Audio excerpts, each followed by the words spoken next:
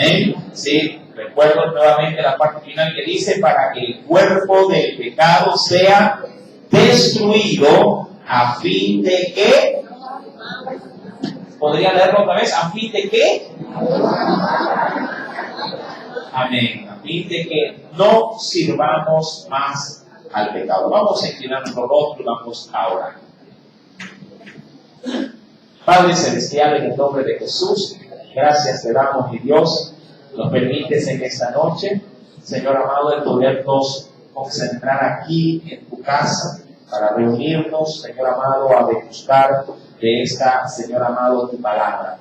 Este es el alimento que mi espíritu necesita para poder alimentarse, así como la comida material, Padre, nutre mi cuerpo. El espíritu solo puede alimentarse a través de esta tu palabra. Señor amado, ministra mi vida. Yo estoy aquí, oh Dios, Padre, reconociendo que necesito de ti. Que en este día, Señor amado, me lo has regalado y en él puedes, oh Dios, llegar a otorgarme tu bendición. Señor mi Dios, que en esta noche tu pueblo pueda apercibirse, pues, mi Señor, de esta enseñanza y que ellos puedan, Padre, poner por obra, porque la Biblia no podría, Señor amado, ser lo que es si yo no decido obedecerla. Señor, te agradezco y al mismo tiempo pongo también en tus preciosas manos, Padre, a tus niños. Ellos son también, Padre, una fuente de bendición para este lugar. Trata con ellos y, Padre, que ellos puedan disponerse también a obedecer. Señor mi Dios, te imploro y te doy gracias en el nombre de Jesús. Amén y amén.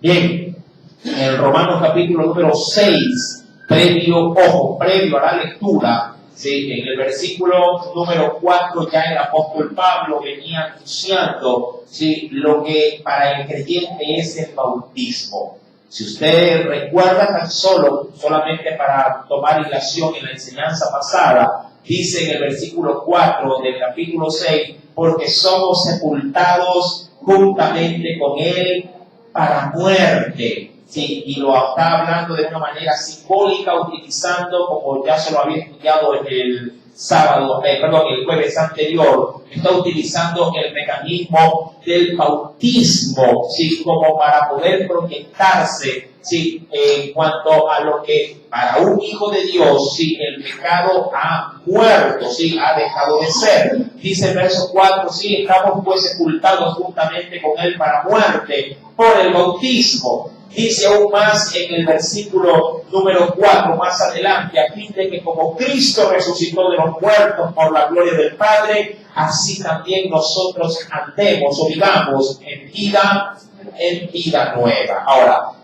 obviamente este fue el anticipo, ¿sí?, del estudio que se dio en la semana pasada. Ahora, en esta noche, dice, si nos concentramos desde el verso 5 al 6, sí, Pablo hace una urgencia de volver a recordarnos por qué debemos de estar muertos al pecado. Amado hermano, el pecado penosamente trae el desamparo de Dios a nuestras vidas. Un creyente que no ha sabido valorar la gracia de su perdón y se abandona en las manos del pecado, penosamente pierde la comunión con su Dios, pierde la protección de su Dios, pierde la cobertura de su Padre Celestial. El pecado, mi querido hermano, es la problemática que tiene el mundo entero y por el cual usted y yo hemos sido rescatados a través de Cristo Jesús. El pecado, mi querido hermano, es el archienemigo, ¿sí?, de todo ser humano.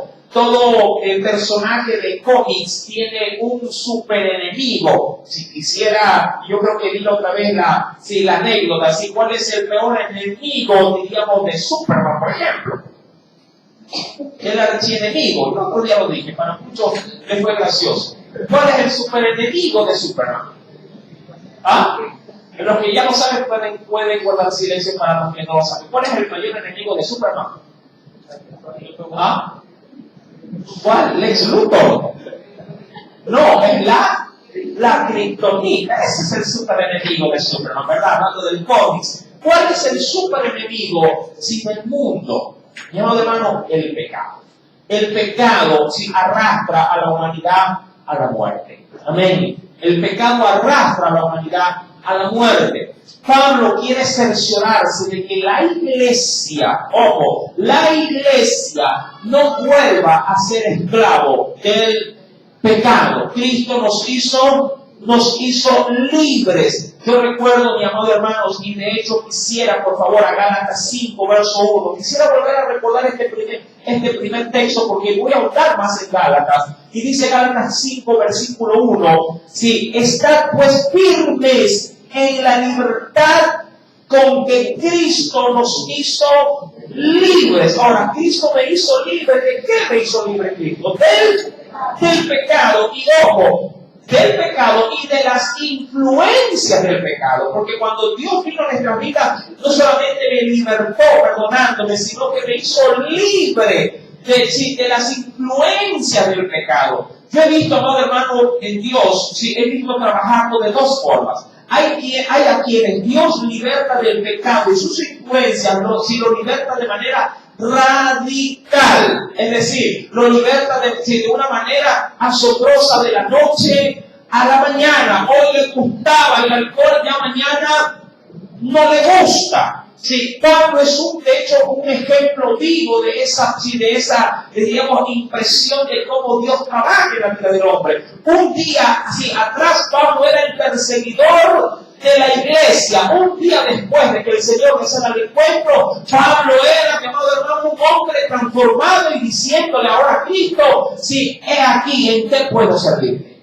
Mi amado hermano, Pablo vio en su vida la transformación radical. Pero también, mi querido hermano, he visto cómo Dios puede trabajar de una manera progresiva. Es decir, trabaja con la vida al cual Él salvó, por su amor, y poco a poco lo va liberando, llamado de las tendencias o de las influencias del pecado. Pero el fin es el mismo en ambos. Tanto al uno como al otro, Dios lo hace libre. Amén. Ahora, Gálatas 5.1, como lo hemos leído, dice aquí, estad firmes pues en la libertad porque Cristo nos hizo libres y no estéis otra vez sujetos al yugo de esclavitud. Y eso, por el contexto, lo vamos a ver más adelante, se refiere a la esclavitud que genera el pecado. Ahora, vueltos, por favor, a Romanos capítulo 5, verso número 6, nos dice, porque Cristo, cuando aún éramos débiles, ¿sí? ¿Lo tiene? Perdón, Romanos 6, perdón, pasamos bien. Bueno, Romanos capítulo 6, versículo número 5 nos dice, porque si fuimos, ¿viene? Porque si fuimos plantados juntamente con Él en la semejanza de su muerte, amén. Vamos a ir a la lectura, Romanos 6, versículo número 5, así también lo seremos en su resurrección. Es decir, lo que Pablo y el Espíritu Santo a través de Pablo nos dice es, ustedes son participantes no solamente de aquellos sacrificios que obviamente a veces en nuestra vida cristiana Dios nos lo demanda. Estos sacrificios, esto que hoy por hoy para muchos puede ser duro batallar contra las influencias o las concupiscencias o las tentaciones. Si hoy por hoy puede decir, hermano, pero todos los días lucho con esto, todos los días tengo que afrontar una batalla, todos los días me exponen si es que pierdo el control. Sí, es verdad, pero todos los días tienes que luchar y todos los días tienes que salir vencedor. Todos los días, amado hermano, el creyente está expuesto a ofender a Dios. Diariamente el creyente está, mi amado hermano, propenso a hacer algo, obviamente, por la carne, hablando de mis tendencias pecaminosas o mi concupiscencia, o las influencias que mi entorno, el mundo, me induce de alguna forma a hacer lo malo, o aún el mismo diablo, el gran opositor de los planes divinos, si de pronto se me atraviesa queriendo que yo de pronto rehúse a las responsabilidades a las cuales Dios me ha llamado, pero en esas tres áreas yo debo de salir en Cristo Jesús más que vencedor. Sí, lo virtuoso de esto, como lo dice el versículo número 5, es que así como soy semejante para con Jesús en la muerte, también lo voy a hacer en ¿qué dice la Biblia? En su resurrección. Lo dichoso o lo glorioso de caminar en la vida cristiana es que no solamente Dios me hará palpar, diríamos, lo que se podría considerar como si lo triste o lo duro, sino que también en Dios voy a experimentar su gloria, su poder. Voy a experimentar, mi amado hermano, diríamos, su majestad. Claro, debo en Dios cada día guardar mi ser, mi alma, mi cuerpo y mi espíritu. Dice el versículo número 6, sabiendo esto, y aquí es donde voy a concentrar la enseñanza. Verso 6, puede leerlo, sabiendo esto. Hasta ahí la primera parte. ¿Qué dice que fue mi viejo hombre hecho?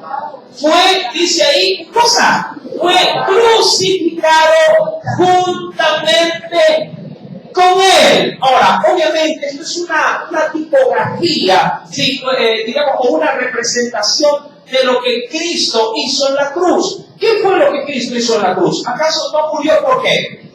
Por mis pecados, y lo hizo una vez y para siempre. Ahora, si Cristo murió por mis pecados, mi amado hermano, está sobreentendido que mi vida al pecado también debe de estar crucificada.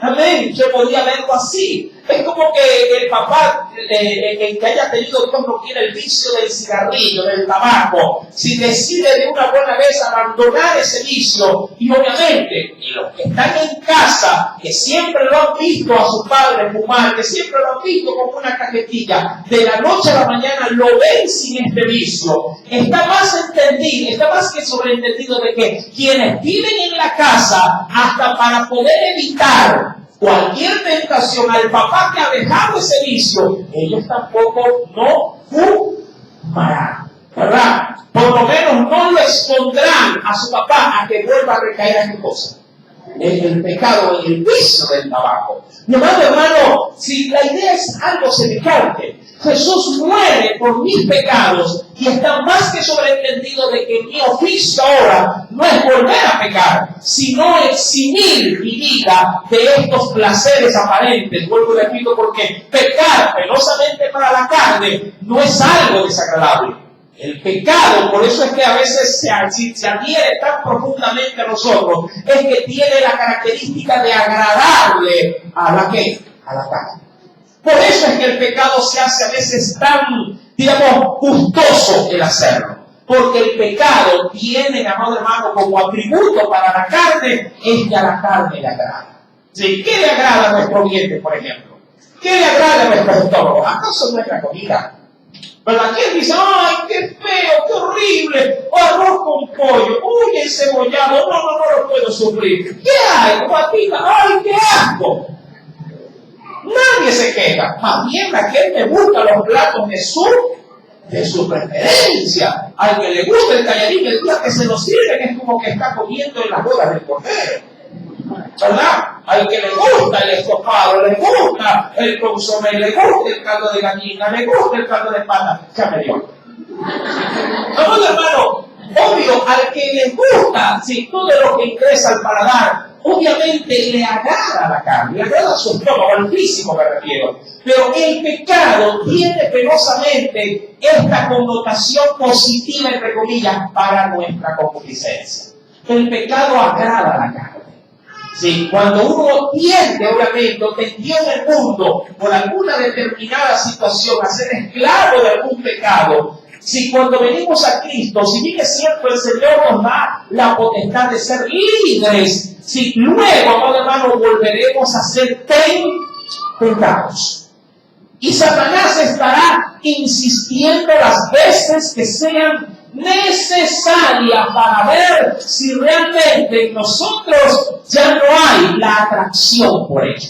De ahí que cuando estamos, digamos, no pasando por tentaciones, es mi responsabilidad estar cultivando mi vida. Es mi responsabilidad estar trabajando en mi vida para fortalecer las áreas más débiles que yo tengo. Para que cuando se presente, esa oportunidad de ser tentado, y mire cómo se lo presento, esa oportunidad, ¿y por qué digo oportunidad? Porque cuando el creyente está creciendo y viene la tentación, es la oportunidad para poder decir, Señor, vencí. Señor, pasé la prueba. ¿Para qué son las evaluaciones en los colegios? ¿Para qué son las pruebas en las escuelas? ¿Acaso no es para luego de sacar buena nota pasar de qué? Pasar de grado, pasar de año, como dicen. Es decir, es la oportunidad para decir, rendí, saqué buena nota y voy al siguiente nivel. La tentación en la vida de un cristiano es para pasar a otro nivel. Es para superar la dificultad y pasar a un nivel superior. Cuando yo fracaso, cuando yo fracaso por una tentación que me afectó antes de conocer a Cristo y vuelvo a fracasar luego de haber conocido, siempre me voy a mantener, digamos, en el mismo escalón. Y de ahí, si no lo supero, de ahí no voy a pasar. Diríamos, si voy a un edificio que tiene 10 pisos y me subo a un ascensor y aplasto el número 10, pero el ascensor solamente me lleva al piso número 1. Mi amado hermano, hay dos caminos que usar. O quedarme en el ascensor esperando que en algún día el ascensor se le pegue la regalada gana de llevarme al 10. O hacer el esfuerzo de dejar el ascensor y subir por donde. Ahora, ¿a qué piso quiero llegar? Al 10. Dirá mucho, ¡ay, hermano, pero son 10 pisos! Me van a doler, ¿qué cosa? De primera mano. Me van a doler las piernas. Uy, aquellos que si tengo alguna agravante, alguna enfermedad. Uy, hermano, no. Yo regreso cuando lo hayan preparado. Esa es la gran diferencia, mi amado hermano. Entre los que quieren luchar y llegar a donde Dios me ha dicho que debo de llegar, o siempre, mi amado hermano, recaer y quedarme en el primer piso. Hay gente que tiene años quedados en el primer piso. Y Dios no nos quiere en el primer nivel. Como se leía al inicio, de hecho, de la carta del apóstol Pablo, aquí a la carta de los romanos. Dios no nos quiere que seamos sin niños espirituales. No nos quiere tener dándonos la leche siempre. Dios quiere que su pueblo pueda saborear y pueda degustar el alimento sólido. Sí, a ese alimento que fortalece la vida de un creyente para tareas mucho más sublimes. Sí, para tareas que ya involucran un compromiso del reino. Eso es más o menos como cuando usted entra a una universidad hablando, usted escucha hablar a los catedráticos.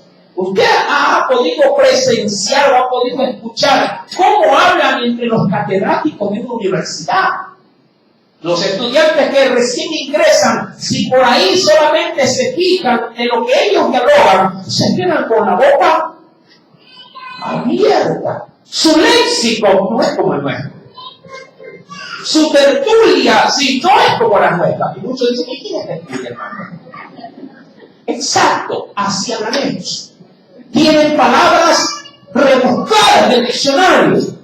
Tienen formas y modismos de expresarse, hermano, que no se lo ve en el denominador común de la sociedad. Ellos de alguna forma, han simplificado su léxico a una terminología que evade lo más común entre el pueblo. Dicen muchos que una persona normal puede llegar a hablar máximo hasta 5.000 palabras. siempre hablan con los mismos términos. Mamá, papá, casa, comer. Si quieres utilizar frases, sí, ¿qué? Usted, diríamos que se puede analizar en un día normal. Cuando usted amanece, ¿qué dice? Primer punto. Buenos días, ya está el desayuno.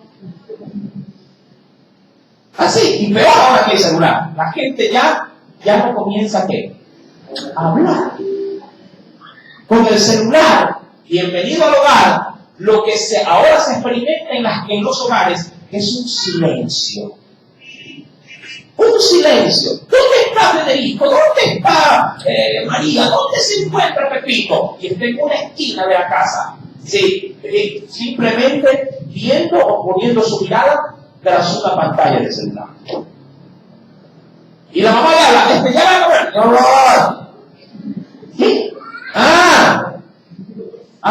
¿qué? Vive, ahí está. Hizo una bulla. Bueno, vamos al tema. Hermano, Dios conoce perfectamente nuestra digamos, naturaleza. Dios conoce nuestra forma de ser. Y como hijo suyo, dice la Biblia en el verso 6, que nuestro viejo hombre ha de estar, ¿qué cosa? Ha de estar crucificado. Sí, venga conmigo, por favor, a la carta de los Gálatas, porque le dije que iba a ahondar un poco en ello. Sí, en el capítulo número, venga conmigo, por favor, 5, verso número 24. Quisiera ahondar un poco más en estos términos de los cuales Pablo nos hace referencia en esta noche. Gálatas capítulo 5. ¿Lo tienen? Dice el Señor, versículo número 24. Ahora, ¿qué es lo que yo debo de crucificar? Y esto parece algo curioso, pero está ahí. ¿Lo tienen? Pero los que son de Cristo, antes de seguir leyendo, ¿cuántos son de Cristo? ¿Cuántos son de su propiedad? ¿Cuántos tienen la marca de Cristo grabada en sus corazones? ¿Verdad?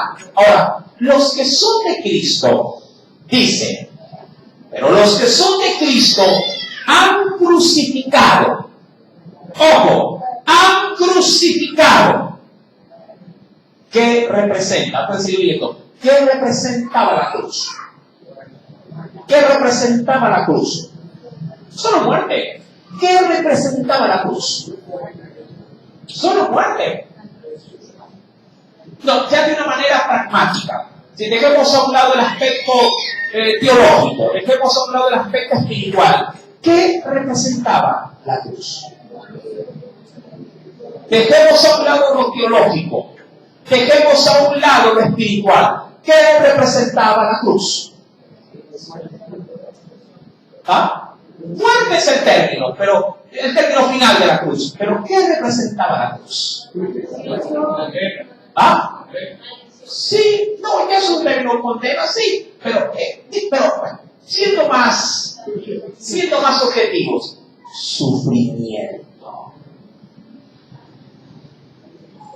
La cruz representaba sufrimiento.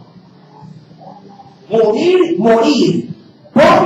por el método de la cruz era crueldad.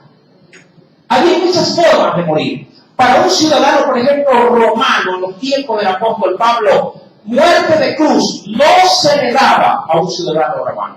Por eso es que Pablo muere por la vía, digamos, legal aprobada para darle, digamos, un desenlace de pena capital a sus conciudadanos. Sí, era la decapitación. Era una muerte que básicamente trataba de evitar sufrimiento.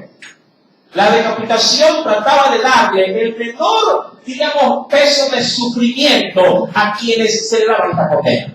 Porque se sobreentendía que esto era simplemente un solo corte tajante y basta, sí, de dolor. Basta, sí, de pronto de experimentar tanta crueldad. Pero la cruz era un método sistemático de aplicación de sufrimiento. ¿Sí? De ahí que cuando se va a los evangelios, se ve en qué consistía el sufrimiento. ¿Sí? El martirio de la cruz, mi amado hermano, era obviamente, o comenzaba desde antes de la cruz. se lo ablandaba, en este caso al que se lo llevaba a tal fin, se lo ablandaba ¿con qué? Con azotes. ¿Sí? Desde allí comenzaba, diríamos, el padecimiento del condenado. Mi hermano, recuerde que voy a utilizar los términos propiamente de la crucifixión de un individuo X para poderlo relacionar a cómo debe de ser la vida de un cristiano. Sí, si leo nuevamente, por favor, sí, Gálatas 5, verso 24, dice, pero los que son de Cristo han crucificado. ¿Quién? Ojo, yo voy a llevar a cabo la crucifixión. Yo. Han crucificado la carne con sus pasiones y deseos. ¿Quién lleva a cabo el martirio? Yo. ¿A qué debo de someter a martirio? A mi carne y a mi deseo, es decir, a mis concupiscencias. A mi carne le gusta esto, pero yo la voy a someter a la cruz. Yo la voy a hacer padecer, yo la voy a hacer sufrir, yo la voy a hacer lamentarse, pero no le voy a dar lo que ella quiere. ¿Cuántos solamente por el yo terminan cediendo? Mire el caso de un niño y una madre. Que está que le fastidia, que le hace bulla, que le haga la falda, le haga el pantalón. ¡Yo quiero salir! ¡Yo quiero salir! Una hora, 2 horas, y la madre cansada y aburrida de él, ya sabe que no me moleste. Fácil. No soportó. 2 horas vencieron su forma radical de haberle dicho antes de ser 15, de haberle dicho, no sale, debes de estudiar. ¿Me entiende? Tu carne a veces puede someterte a ese ritmo de presión. Tu carne, tu concupiscencia, tus deseos desordenados pueden someterte a tal presión que tú, para no tratar ya más de luchar, para ya, digamos, abandonar ese conflicto, y dice, está bien, haz lo que te da la gana. Dice la Biblia, los que son de Cristo crucifican su carne. Los que son de Cristo crucifican sus pasiones. Los que son de Cristo tienen que hacer torturar sus deseos pecaminosos. Es que me gusta, es que esto, es que lo otro, es que tengo de salir, es que debo de ir allá, debo de ir acá. No. El que es de Cristo crucifica estos placeres. Eso es lo malo, obviamente, para la carne. Porque la concupiscencia trae satisfacción a la carne. Y mucho más si ésta, antes de haber venido a los pies de Cristo, tenía tal influencia, tenía tal tendencia. ¿Sí me está entendiendo? Es que hermano, no lo puedo evitar, el chisme a mí me entretiene. Es que es un deleite cuando me dicen, uy, me tengo la última. ¡Ay! Apaga, sí, apaga la hornilla, cierra la puerta, venga, siéntese. ¿Qué pasó? El creyente dice, cuénteme que quiero orar, cuénteme.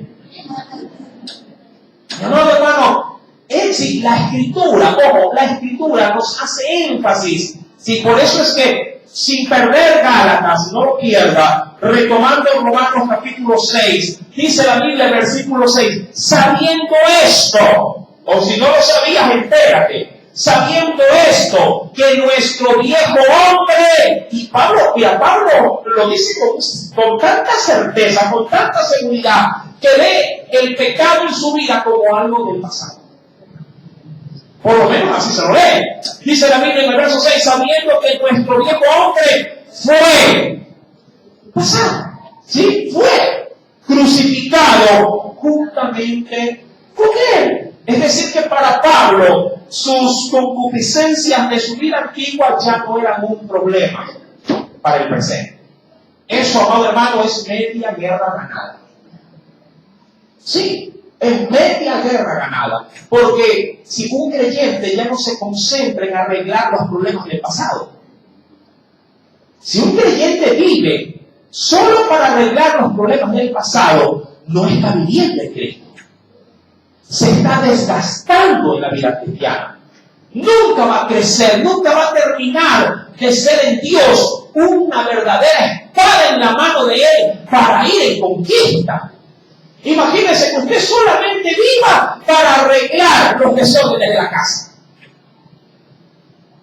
Y cuando le dicen, hermana, pero no quiere ir a otro, no quiere ir de pronto a salir, a irse a un momento, qué sé yo, de descanso, ir a un lugar. No, es que tengo que arreglar la casa.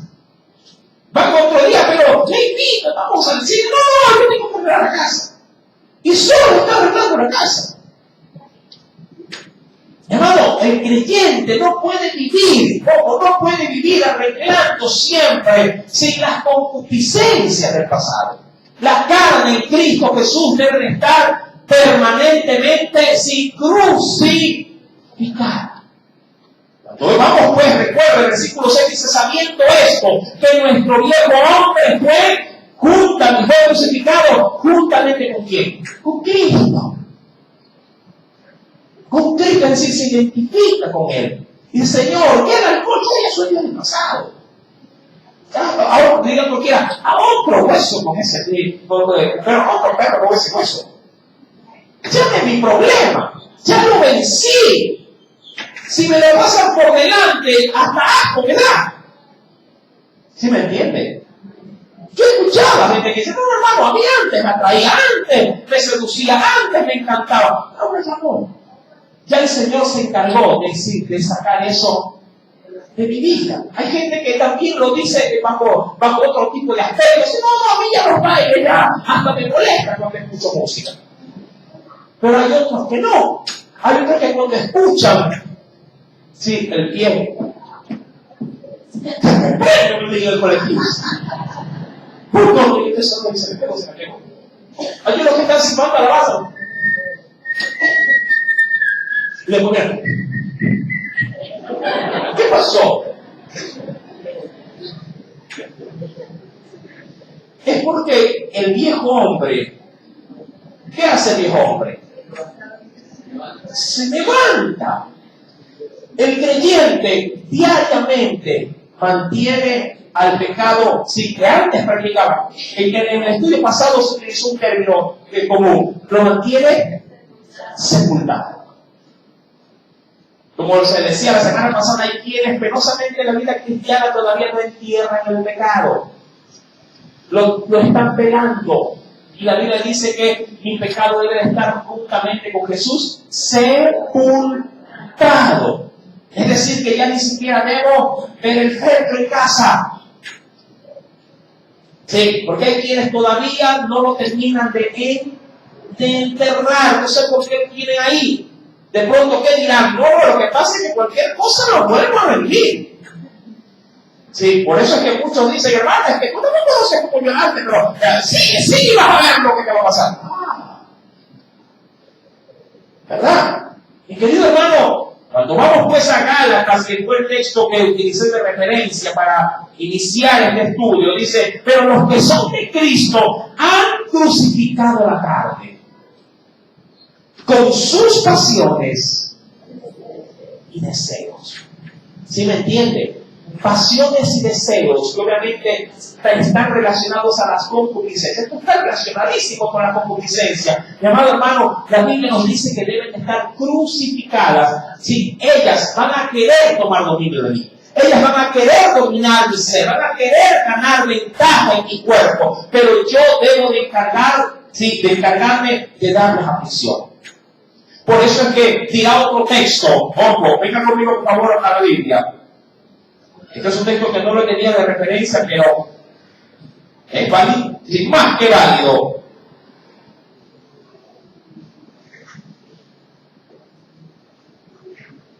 Déjeme ubicarlo, no lo tenía. Dice la Escritura en Gálatas 5, pero en el verso 16, léalo por favor. Gálatas capítulo número 5, verso 16. ¿Qué dice? Digo pues andar en el Espíritu, y aquí me interesa. ¿Y qué dice, mi amado hermano? no satisfagáis. ¿Por qué no puedo darles satisfacción? ¿Por qué no puedo tirarles una... Dicen mucho, no, hermano, pero de vez en cuando me les digo una migajita. Mira cualquiera, yo te borrachamos de vez en cuando una copita. Yo sabe que como Timoteo tomaba vino, pues yo también por ahí de vez en cuando. Por eso es que hay muchos cristianos que dicen, hermano, ¿y por qué no se puede fumar? ¿Y por qué no se puede bailar? ¿Y por qué no se puede? Pero hermano, no se concentren en estos, digamos, en estas ramificaciones que no edifican. ¿Por qué más bien no me preguntan, hermano, ¿y por qué no puedo salvar almas? Hermano, ¿y por qué no puedo ser santo? ¿Y por qué no puedo rendirme más en oración al Señor? Es porque tienen todavía el conflicto ¿con qué? Con la carne. Todavía tienen la lucha, ¿sí?, de lo que ellos anhelaban antes, seguirlo anhelando hoy. ¿Qué decía Gálatas 5:16? Y no satisfagáis los deseos de la carne. Ya, supongamos que el helado, o supongamos que el helado sea pecado. Muchos dirán, hermano, no sea así. El helado es rico, ¿verdad? Es dulce. Todo, y si es helado de crema, mejor aún todavía. Me explico, ¿el helado le gusta o no le gusta la carne? Hablando de la carne física. Claro que sí. Es saludable, es rico, es bueno. Sí, y en un día de calor es mejor todavía. ¿Me explico? A la carne siempre le va a agradar, le va a caer bien las concupiscencias. Pero la Biblia me dice, mi amado hermano, que estas no son provechosas para mí. La carne me conduce a la muerte. La carne me dirige, me orienta siempre a la fatalidad. De ahí que cuando volvemos, por favor, sí, a Gálatas 5:24 dice la Escritura, pero los que son de Cristo han crucificado la carne con sus pasiones y deseos. Aún más, mi amado hermano, en Gálatas capítulo 6, venga conmigo por favor.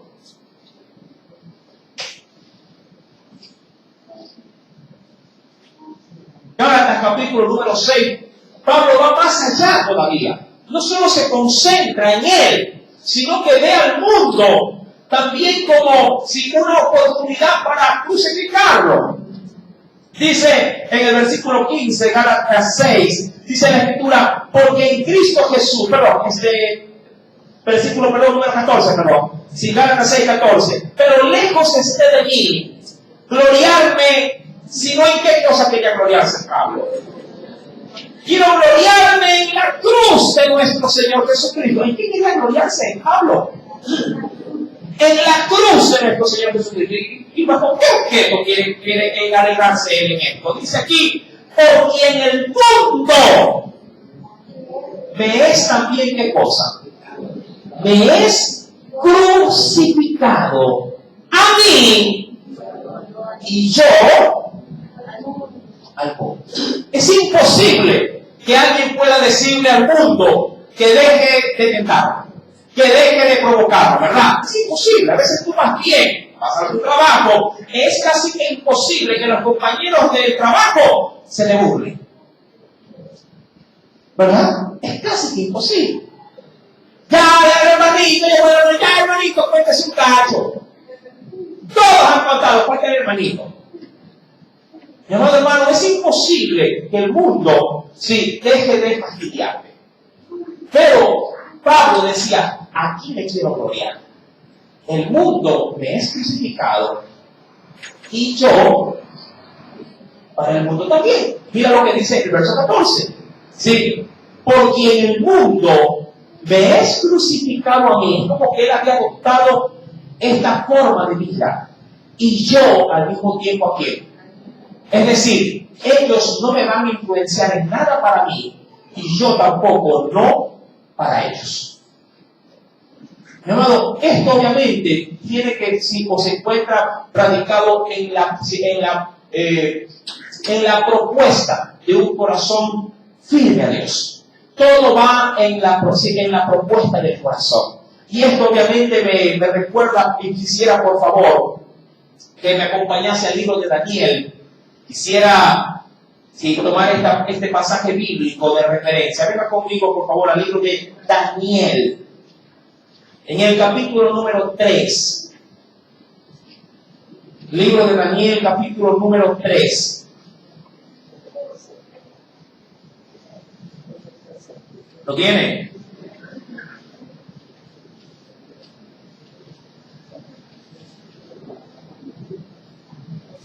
Dice el Señor, versículo, y léalo por favor, quiero que me ayude a la lectura rápidamente. Versículo número 1. ¿Sí? ¿Lo tiene? Al verso 6. Vamos a leerlo rápidamente. ¿Sí? Así que ayúdenme en la lectura, por favor, de manera temporal. Verso 1, léalo usted.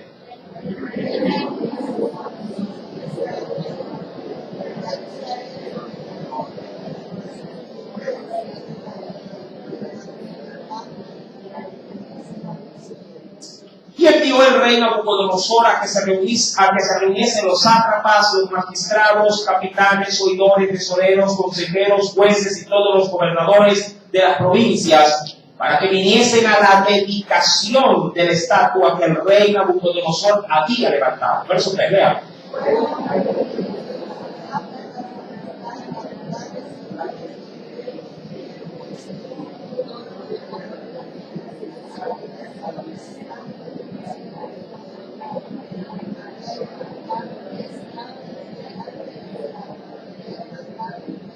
Y el pregonero anunciaba en alta voz, diciendo: mándase a vosotros, oh pueblos, naciones y lenguas. Voy a leer el verso 5. Y al oír el son de la bocina, de la flauta, del tamboril, del arpa, del salterio, de la zampoña y de todo instrumento de música, os postréis y adoréis la estatua de oro que el rey Nabucodonosor ha levantado. Eso se lea, por favor.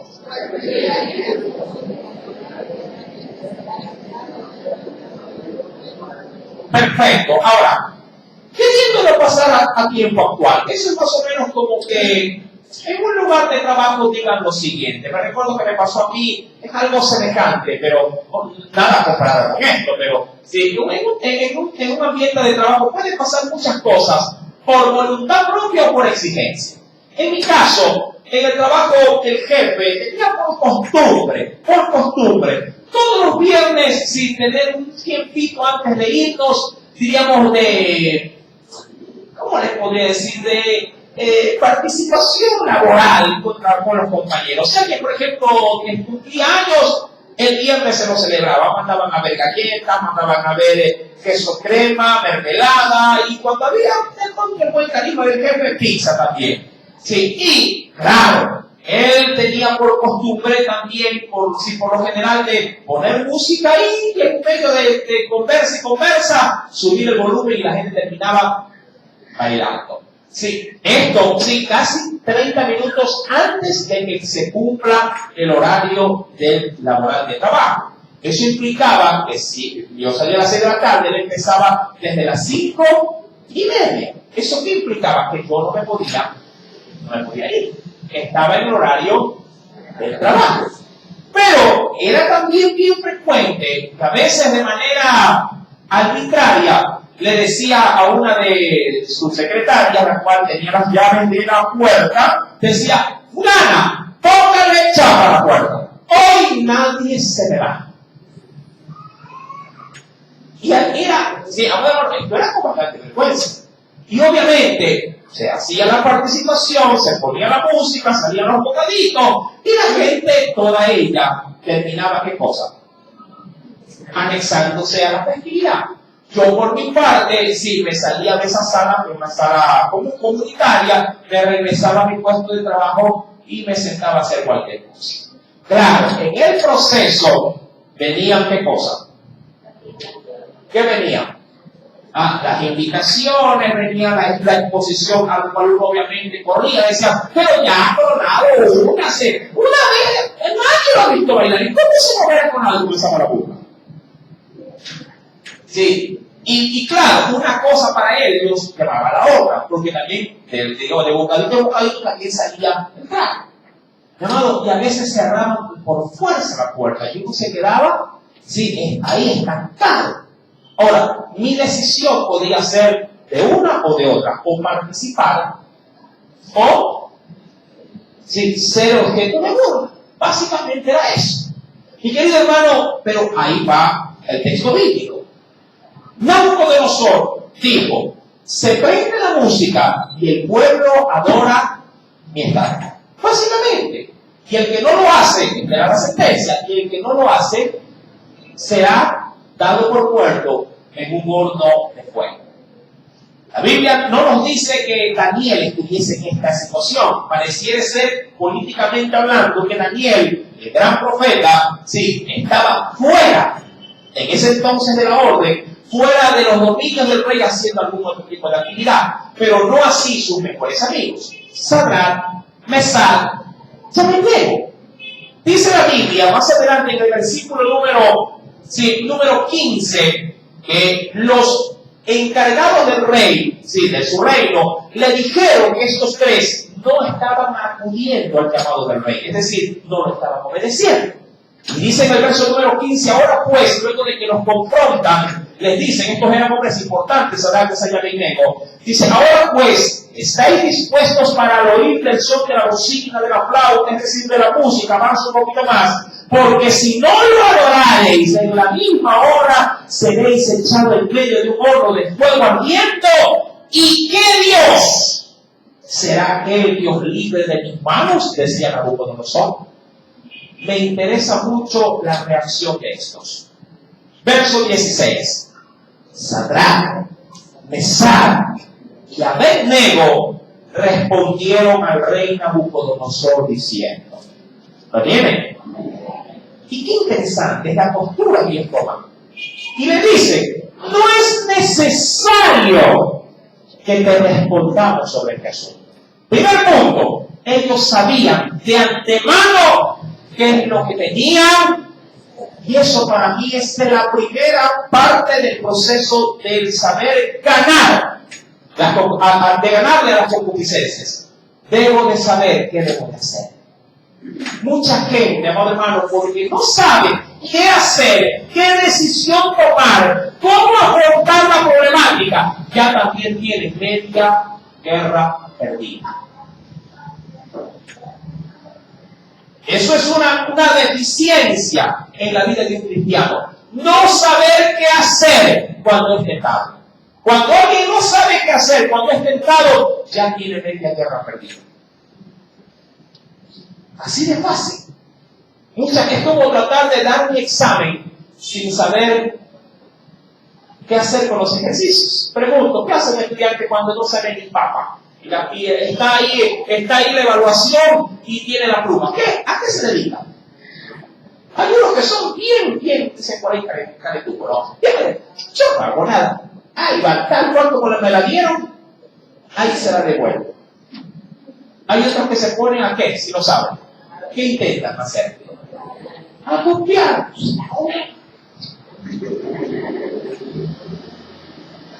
¿Verdad? Yo me recuerdo tanto que en el colegio había una compañerita muy agradable ella, hoy por hoy es toda una profesional, sí, y ha ganado muchísimo. Y ella era, en el colegio era que decía, la uno. Yo le digo, ¿qué puerta? Como que si era la de Polito, no, la 1, la 2 de 3. No, pero ¿qué puerta quiere? No, ¿qué puerta? Y le decía. Mi amor hermano, ellos sabían antes de verse acorralados en la situación, ellos ya sabían qué hacer. Eso, amado hermano, te da seguridad para vencer la carne. Saber qué hacer antes de, no después de. Es como que te digan, toma, aquí está el dinero. Pero no me trajiste el formulario de los requisitos. No importa, coge el dinero, tú di que sí. Que sí los traje. Coge el dinero, ahí va para ti también. Si usted está en esa encrucijada y ahí no sabe qué hacer, ya está fregado. Ya está fregado.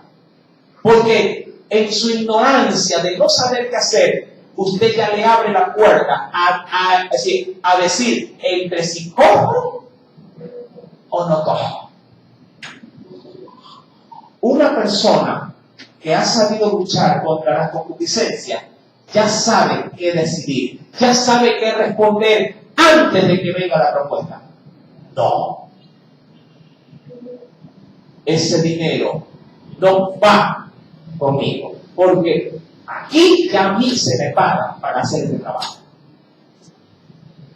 Para empezar. Segundo, hay que cumplir requisitos para darle la aprobación de Dios.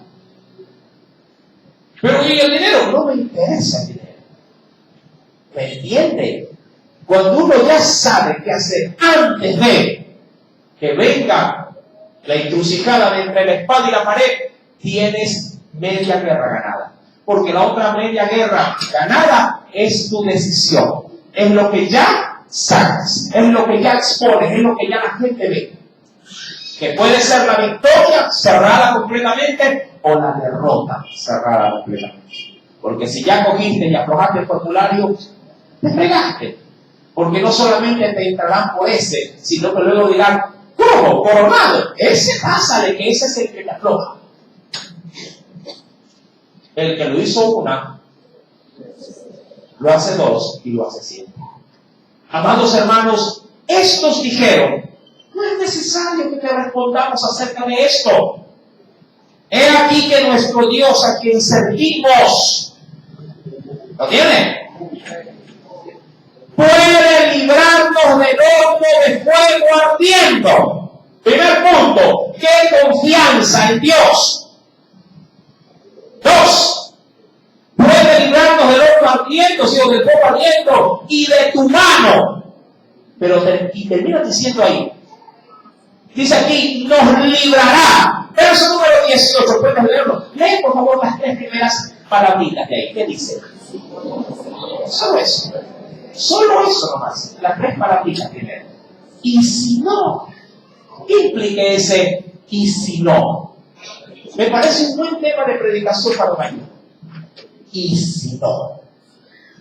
¿Y si no te sana? ¿Y si no te sale el empleo?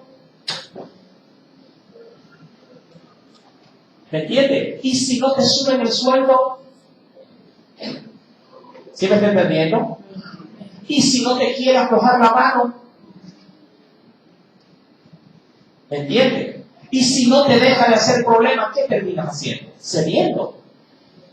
¿Qué terminas haciendo? Yéndote, claudicando, estafando, bebiendo, insultando, mintiendo.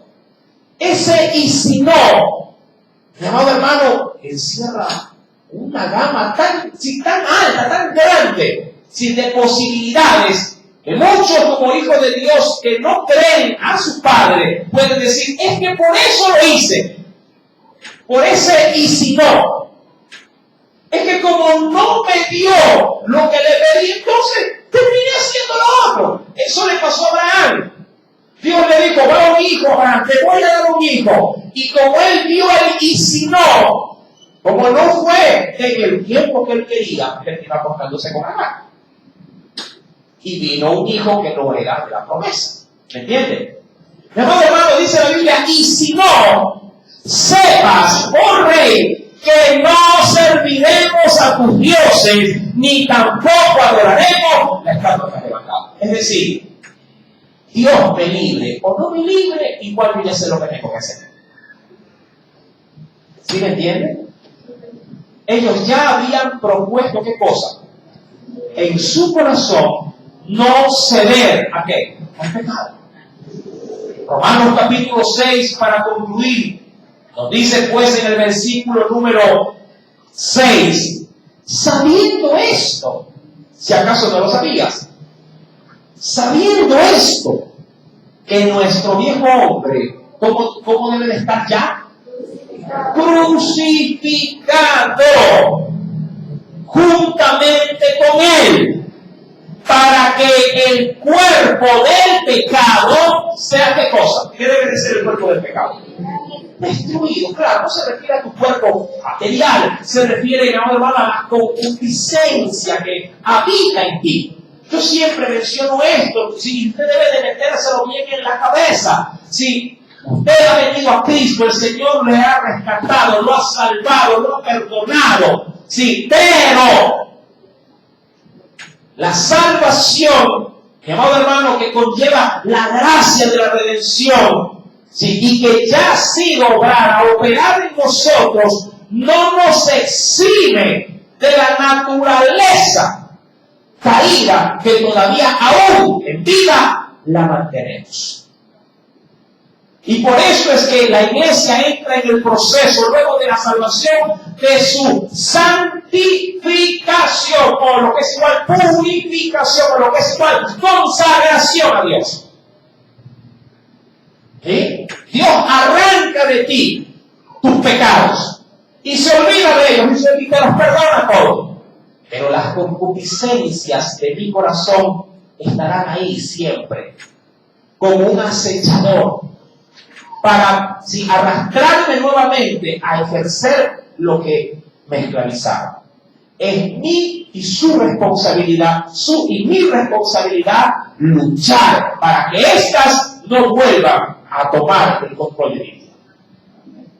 Por eso la iglesia ora, por eso nos congregamos, por eso nos rellenamos de Dios, para que el Espíritu comience a sofocar a la carne y ésta prevalezca cuando las tribulaciones, las pruebas y las tentaciones golpean nuestras vidas. Por eso, solamente por eso. Sabiendo que nuestro viejo hombre fue crucificado juntamente con él, para que el cuerpo del pecado sea destruido, y claro, a fin de que ya no, ¿qué cosa? Ya no sirvamos más al pecado. Mi amado, no sé, pero esto se hace ver como que si fuésemos un mesero, llevándole al pecado lo que él ha pedido.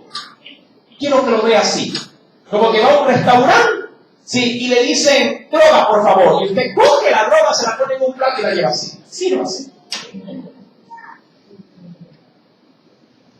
Eso hacemos cuando cedemos ¿a qué? Al pecado. Y en vez de darme propina de dinero, me dice gracias, muerte me pone.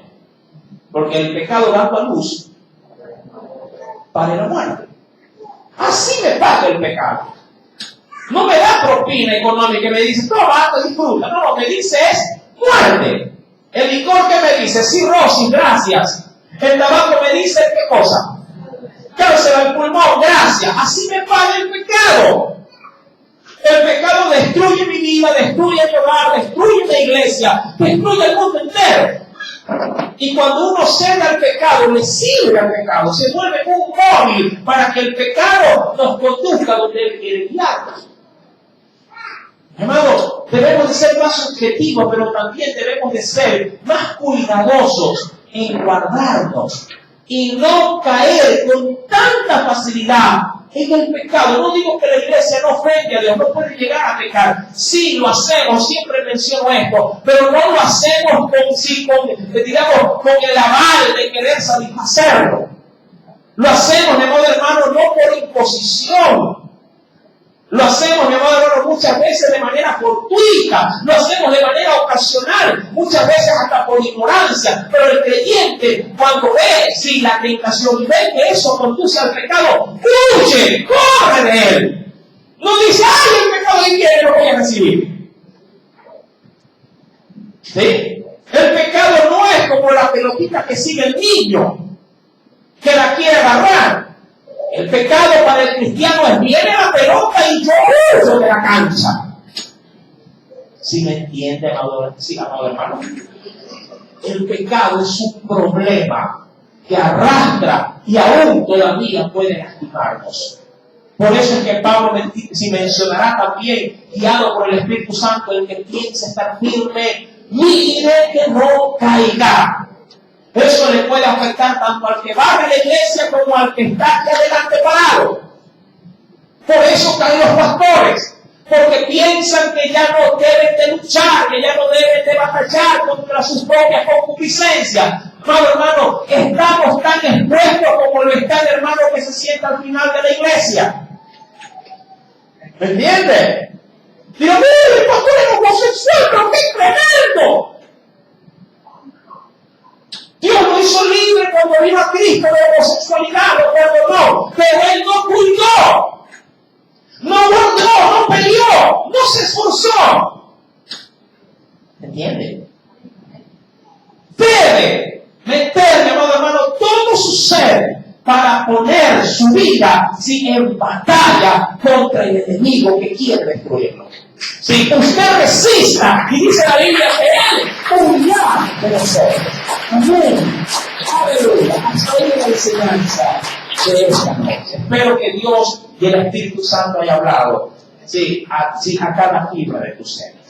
Huye del pecado.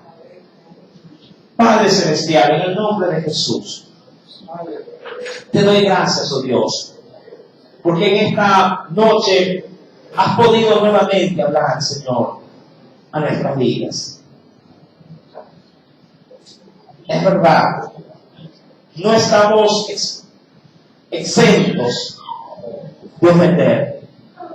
No estamos exentos de pronto de hacer algo que a ti te desagrada. Pero mi Dios, mi vida no está esclavizada de estas cosas. No debería de estar. Es la labor que yo debo de ejercer día a día para vencer. Espíritu Santo,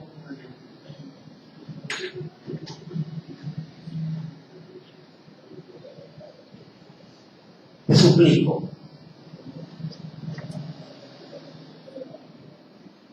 que me des una perspectiva diferente, que me otorgues, oh Dios, porque yo sé que lo haces, más allá de mostrarme la puerta de salida de aquello que puede tumbarme. Te ruego, oh Dios, que me des el privilegio de que cuando sea expuesto nuevamente a algo que yo sé que mi carne la expone, dame el privilegio, oh Dios, de salir victorioso. Quiero demostrar, quiero manifestar victoria en Jesús. Quiero decir como Pablo lo dijo, si de algo me he de sentir orgulloso es de que el mundo es crucificado para mí y yo para el mundo. Quiero tener esa satisfacción.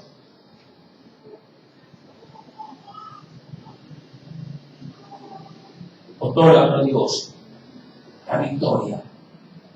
Porque cada vez que yo logro conquistar, subir un peldaño más, motivo a otros también que lo hagan. Muchas veces no me doy cuenta cuánta bendición puede llegar a ser mi vida cuando venzo. Cuando otros en silencio al mirarme me dicen, no cayó, salió. Quiero ser, oh Dios, un ícono para otros. Te lo suplico. Dice la Biblia que aquel que ha empezado en nosotros la buena obra, la va a concluir. Y tú empezaste en mí. Y no me escogiste para destruirme ni para yo quedarme a medio camino. Si tú me llamaste, primeramente debo de reconocer que tú no lo hiciste a la ligera. Tú me llamaste primeramente porque me amaste. Y al hacerlo depositaste toda tu confianza en mí. Es verdad, fracaso a veces, pero no por eso me rindo. Puede ser que me haya caído los golpes tan duros que me pudieron haber dado en ese cuadrilátero, pero no moriré por nocaut. No, me levanto en el nombre de Jesucristo, Señor, y pelearé, ya no solamente con mis fuerzas, sino con las tuyas. Y en esas fuerzas tú me darás fortaleza y habilidad para derribar al gigante. En tu nombre echaré la piedra, él caerá y tu nombre se glorificará. Para gloria tuya, Señor. Gracias en el nombre de Jesús. Amén. Y amén. Que Dios me los bendiga rica y poderosa.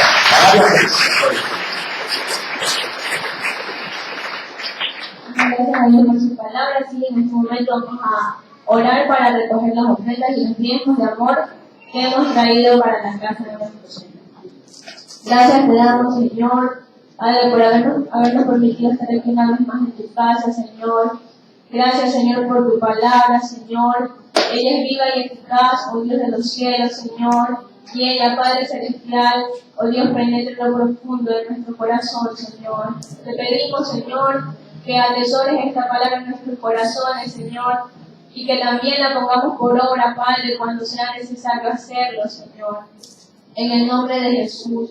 Padre, también te pedimos por las ofrendas y los tiempos de amor que van a ser recogidos, Señor. Bendígalos y multiplique, Señor, a cada hermano que da, Señor. Padre, aquel hermano que no tiene, Señor amado, una fuente de ingresos, Señor. Padre, te pedimos que tú, oh Dios, le estás proveyendo una, Padre, para que así también se goce, Señor amado, Padre, ofrendando y diezmando, Señor amado. Te agradecemos, Señor, en el nombre de Jesús. Amén. Mientras se recogen las ofrendas, vamos a recordar los anuncios. Recuerden que la construcción de la Flor de Bastión sigue. También se les recuerda que en la Flor de Bastión hay una deuda, ¿sí?, que necesita ser cancelada. Así que disponga su corazón